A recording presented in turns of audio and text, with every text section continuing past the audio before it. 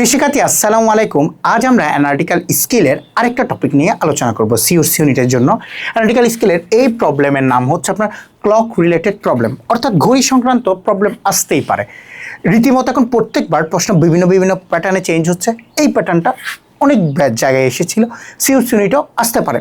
এই জন্য এটা আমাদের জন্য খুব ইম্পর্টেন্ট একটা টপিক।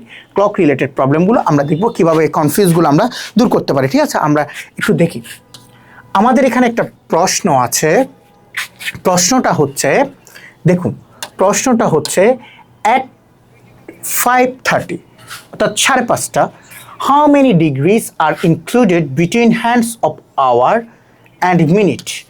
অর্থাৎ 5:30 যখন ঘড়িতে যখন আপনার 5:30 বাজে, অর্থাৎ এই ধরুন এই জায়গায় 5 আছে, এই জায়গায় 6 আছে, 7 আছে, 4 আছে, 3 আছে, 2 আছে, 1 আছে, 12 আছে।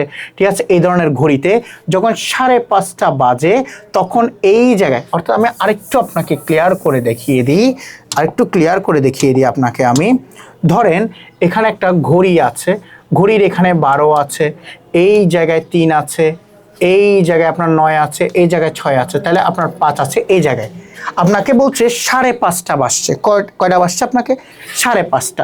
তাহলে 5:30 যদি বাজে, ঘন্টার কাঁটা একটু ছোট হয়, মিনিটের কাঁটা একটু বড় হয়। তাহলে আপনাকে বলছে 5:30 বাজলে এই জায়গায় কত ডিগ্রি কোণ ক্রিয়েট হয়। বেসিক্যালি আপনার থেকে এটাই চাইছে কত ডিগ্রি কোণ ক্রিয়েট হয়। কারণ আমাদের পক্ষে তো এত জ্যামিতি করে বের করার সুযোগ নেই।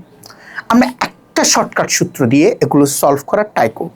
ঠিক আছে, সূত্রটা হচ্ছে আপনার এমন, theta equal to 11m minus 60h divided by 2, দুই পাশে মডুলাস চিহ্ন। 11 into m, 60 into h divided by 2, দুনো পাশে মডুলাস চিহ্ন। অর্থাৎ যেই মান আসুক মানটা সবসময় পজিটিভই হবে।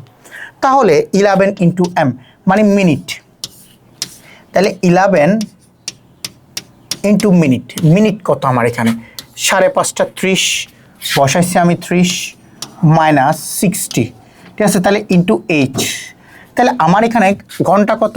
5, আমি বসাইলাম 5, আমার এখানে কত? 2। তাহলে এবার আমি ক্যালকুলেশন করার ট্রাই করি। ঠিক আছে, 11 এর সাথে যদি আমরা 30 গুণ করি আমাদের কত আসে? আমরা ক্যালকুলেটর করে দেখি। 11 ইন্টু 30, 330। আমাদের এখানে আসছে কত? 330 মাইনাস এটা হচ্ছে কত? 300, 5 6 30, 300।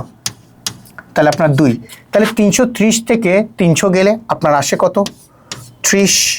আপনার আসে কত? 30 ডিভাইডেড বাই 2, 2 দিয়ে 30কে ভাগ করলে।